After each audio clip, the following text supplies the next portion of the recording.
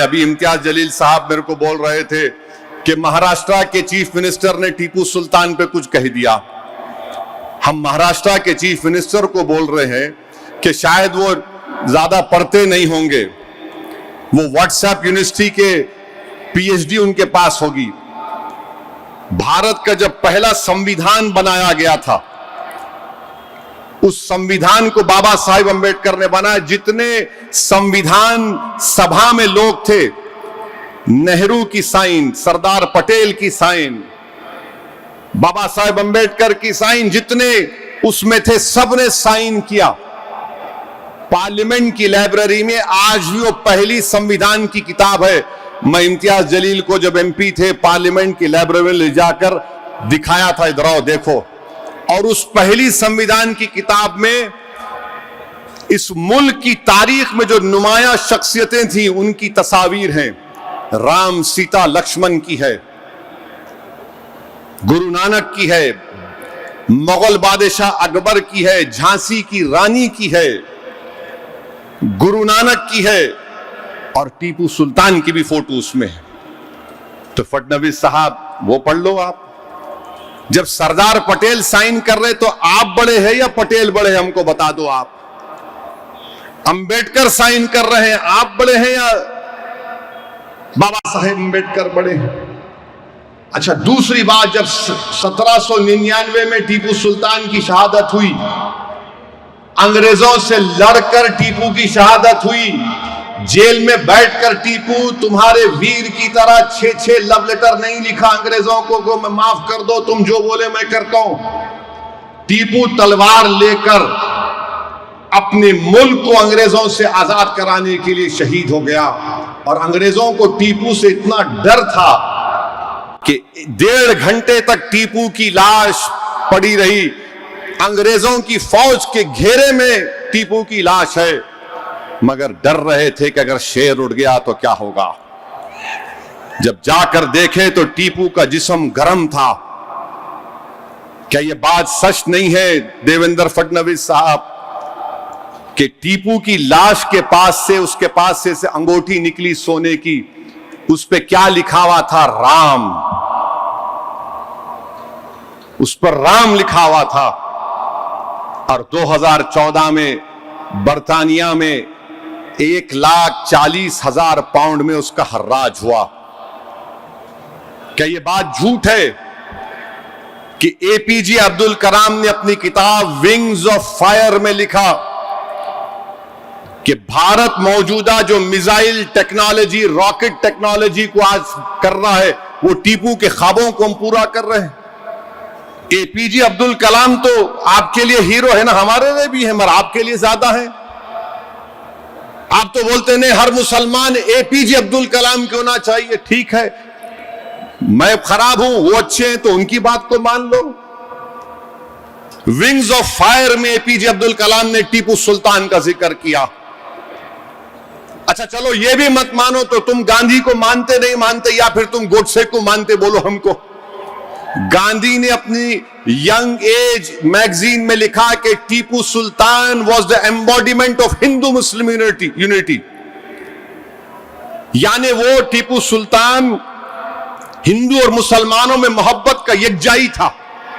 अब क्या गांधी को झूठा बोलेंगे आप? मेरे को बोल सकते आप? क्या टीपू सुल्तान ने श्रीनगरी मठ में फौज आई थी? कहां से आई थी? फडणवीस बोलेंगे आपको, मैं बोलूंगा तो फिर। फौज आकर सोने का एक पुतला था उस मंदिर में, लूट के लेके चले गए, शारदा देवी का। टीपू ने वहां पर मंदिर को तामीर करवाया, ग्रांट लिखे। 1791 जुलाई 6 को टीपू ने खत लिखा था मेलकोटे को। मेलकोटे की मंदिर के बारे में उसमें लिखा गया, आज भी जाकर देख सकते। बादशाह था टीपू, टीपू डेमोक्रेट नहीं था। बादशाह और जमहूरियत में फर्क होता है। आप इख्तिलाफ करो टीपू से, मगर यह बोलना कि नहीं टीपू इतना दुश्मन था। अरे हर बादशाह को सिर्फ अपनी ताकत से मतलब रहता था। वहां का इलेक्शन था, वोट डालने का मियार था, कुछ नहीं था। मगर तारीख को अगर आप तोड़ मोड़ के पेश करेंगे तो ये जरा हकीकत को पेश करना था। और क्या ये बात झूठ है या सच है, बताओ। अप्पाजी राम कौन थे? टीपू सुल्तान की फौज के कमांडर थे। ये भी बोलो आप झूठ है? टीपू सुल्तान के साथ थे ये लोग। उनके ट्रेजरर कौन थे? खाजिन कौन थे? कृष्णा राव। तो बीजेपी जो है इस तरह से तारीख को पेश करती कि नफरत पैदा कर दो। मगर भारत की पहली संविधान की किताब में टीपू की फोटो है या नहीं, बता दो। चलो, ये तो 1950 की बात कर रहा हूं। मेरे अजीज दोस्तों और बुजुर्गों, SIR होने वाला है। बिहार में हो गया, अब तेलंगाना में होगा और उसके बाद महाराष्ट्र में होगा। मैं हमारे तमाम अराकीन बल्दिया, महाराष्ट्र के सदर और जिम्मेदारों से अपील कर रहा हूं, तेलंगाना की आवाम से अपील कर रहा हूं कि SIR जब होगा, एक एक जेन्युइन नाम पूरा हमारा आना चाहिए। और याद रखिए, अगर आप अपने नाम को डलवाने में कोशिशें नहीं करेंगी, मजलिस रहबरी करेगी इंशाअल्लाह तेलंगाना में और महाराष्ट्र में भी। तो बीजेपी ये चाहती है कि NPR NRC के जरिए शहरियत ली जा सकती है। बीजेपी SIR के जरिए शहरियत छीनना चाहती है। अगर नाम नहीं आया तो प्रूफ करो तुम भारत के हो या नहीं हो। महाराष्ट्र के मुंबई का केस है सुप्रीम कोर्ट का केस है, कहता है कि इलेक्शन कमीशन को यह अख्तियार नहीं है कि आप किसी की सिटीजनशिप या शहरियत को साबित करें। मगर बीजेपी SIR ECI से कराकर ये कोशिश करना चाहती है। तो हमको पूरी मुस्तैदी के साथ और इत्तेहाद के साथ हमको अपने नामों का इंदराज करवाना है। तो SIR पर तवज्जो लीजिए। और मेरी आपसे गुजारिश है कि हमको मेहनत और जुस्तजू करना है। और तेलंगाना में मैं आज एक वीडियो देखा, मेदारम जातरा में एक करनूल का मुसलमान है जो खोए का बन बेच रहा है। उसको वहां पर ये पहुंच गए, ये संघ परिवार के लोग, और बोल रहे नहीं तू खोए का बन बेच रहा है मगर तू फूड जिहाद कर रहा है। कौन है भाई ये लोग? तेलंगाना में मेडारम जातरा में वो तो सब लोग आते उसमें। और इन्हों कौन होते कानून को अपने हाथ में लेने? ये कौन है यूट्यूबर जो एक मुसलमान को बदनाम करना चाहते हैं? हम तेलंगाना की पुलिस से कहते हैं, याद रखिए ये एक वाकया नहीं, अगर ऐसा होगा तो फिर आप रोड जालिमों के हवाले कर रहे हैं, जुल्म बढ़ेगा। फिर रूल ऑफ लॉ को अगर बरकरार रखना है तो पुलिस की जिम्मेदारी है, यहां की हुकूमत की जिम्मेदारी है कि खिलाफ एक्शन लो। वो यूट्यूबरों के खिलाफ उठाओ, उन लोगों को केस लगाओ, उन पर BNSS का 199 लगाओ, ले जाकर उनको डालो जेल में, ताकि वहां पर वीडियो बना के दिखाओ हमको। इन जालिमों को अगर आप छूट देंगे, एक गरीब बेचारा जो बन बेचकर अपना पेट पालता है, तुम उसके खिलाफ वीडियो बनाते? जालिमों, बेशर्मों, बुज़दिलों, तुम भारत को क्या बनाना चाहते हो? तुम दुश्मन हो भारत के। तुम मुसलमानों से दुश्मनी नहीं कर रहे, भारत से दुश्मनी कर रहे हो।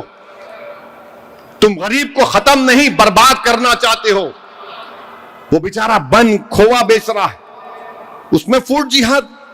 अबे तुमको खाना अच्छा नहीं लगा तो तुम बुलाते बल्दिया को, पुलिस को बोलते, कुछ नहीं। तुम क्या पुलिस बन चुके हो? मैं इसका कंडेम करता हूं और मुतालिबा करता हूं यहां की हुकूमत से, यहां की पुलिस के आला अहदेदारों से कि उस मेडारम जातरा में जो हुआ, उन यूट्यूबरों के खिलाफ एक्शन लेना चाहिए। क्या तमाशा हो रहा है? जिसके जो दिल में चढ़ाई कर लेंगे, कमजोर दिखेगा तो उसको बदनाम कर देंगे। तो फिर कानून तो एक मजाक बन जाएगा। मेरे अजीज दोस्तों और बुजुर्गों, मैं बिहार की आवाम का भी शुक्रगुजार हूं कि उन्होंने मजलिस के अराकीन असम्बली को कामयाब किया। हम तो दोस्ती का हाथ बढ़ाए थे कि हमको सिर्फ 6 सीट दे दो, मगर उन्होंने समझा कि हमारी कमजोरी की निशानी है। अख्तरुल ईमान साहब ने लिखकर भी दिया था, नहीं कबूल किए, ठीक है, मगर एक बात याद रख लो आप, इलेक्शन तो हम लड़ेंगे इंशाअल्लाह, चाहे कुछ भी हो जाओ। जीत हार तो अल्लाह के हाथ में है। कम से कम मैं खबर में जाने से पहले ये तिश्नगी लेकर नहीं जाऊंगा, अरे मैं लड़ा क्यों नहीं, मैं लड़ूंगा इंशाअल्लाह ताला। जमहूरियत के दायरे में रहकर हम लड़ेंगे, तुम्हारी नींद को हराम करेंगे, क्योंकि तुमने बर्बाद कर दिया, तुमने हमारे ख्वाबों को चुकनाचूर कर दिया, तुमने हमसे इंसाफ नहीं किया, तुमने हमको मार्जिनलाइज करके रख दिया। अब वो जमाना खत्म हो गया मार्जिनलाइजेशन का। अब लड़ाई होगी हिस्सेदारी की, अब लड़ाई होगी लीडरशिप की, अब लड़ाई होगी नेता बनाने की, अब लड़ाई होगी मजलूमों से इंसाफ की। और उसी वक्त होगा जब हम चुनाव लड़ेंगे। मुझे कई यूपी के लोग बोलते, अरे साहब कितने लड़ रहे यूपी में? मैं बोला आपको क्यों फिक्र? बोले नहीं कम लड़ो। मेरा कम और बढ़ के का सवाल नहीं है, हम लड़ेंगे तो जीतेंगे ना। मिला आप लड़के क्या बीजेपी को रोक पाए? 17 हार गए, 19 हार गए, 22 हार गए, आप मेरे को बोल रहे कम लड़ो। हम जब लड़ते तो ना सामने दुश्मन की ताकत को देखते, ना हम कम ताकत से लड़ते। जो ताकत अल्लाह हमको दिया हम उसको पूरा इस्तेमाल करके लड़ते। और हमारी लड़ाई में और दूसरों की लड़ाई में फर्क यह है कि हम अपना घर जलाकर लड़ते, हम अपना घर जलाकर लड़ते। हमारे बुजुर्गों ने अपनी कश्तियों को जला दिया था, अल्लाह की जात पर तवक्कल किया, अल्लाह ने कामयाबी से हमकिनार कर दिया। ये लड़ाई मान सम्मान की लड़ाई है, ये लड़ाई हिस्सेदारी की लड़ाई है। अब रुकना नहीं है, हमको आगे बढ़ना है। उत्तर प्रदेश में भी जाएंगे इंशाअल्लाह ताला। बात करें आदिल साहब को मैं भिजाया था बंगाल के बारे में, उनसे भी बात करेंगे। मगर हमको लीडरशिप चाहिए। तुम बैठकर हमारे मुकद्दर के फैसले नहीं कर सकते, क्योंकि तुम पिछले 70 साल से सिर्फ अपने लिए फैसले कर रहे हो, गरीब मजलूम अवाम के लिए नहीं कर रहे हो। अगर तुम करते तो ये हाल नहीं होता मजलूमों का। तो बहरहाल मेरे अजीज दोस्तों और बुजुर्गों, आप तमाम यहां पर आए, आपका बेहद शुक्रिया। और इंशाअल्लाह ताला हम आगे बढ़ेंगे, रुकने वाले हम है ही नहीं, हमको आगे बढ़ना है, अपनी लड़ाई जारी रखना है, अपने हिस्से में जो आना है वो आकर रहेगा। मैं मुबारकबाद देता हूं तमाम नौ मुंतखब शुदा महाराष्ट्र से जो रुकने बल्दिया कामयाब हुए हैं। मैं मुबारकबाद देता हूं तेलंगाना के मजलिस इत्तेहादुल मुस्लिमीन के अराकीन बल्दिया को जो कामयाब हुए हैं। और जो हमारे महाराष्ट्र से जो लोग, बिहार से लोग आए, मैं आपसे अपील करूंगा कि जरूर नुमाइश को जाइए, बिरयानी खाइए, मजे की है बिरयानी। नुमाइश में अच्छी बिरयानी है, आप समझे ना। हैदराबाद में बहुत से चीजें हैं प्यारे देखने के लिए, तुमको खाली 3 नजर आए। खैर कोई बात नहीं, मेरी आप तमाम से गुजारिश है कि आप मजलिस को मजबूत करिए। आप आए, बहुत बहुत शुक्रिया। वाखिर दावान अल्हम्दुलिल्लाहि रब्बिल आलमीन।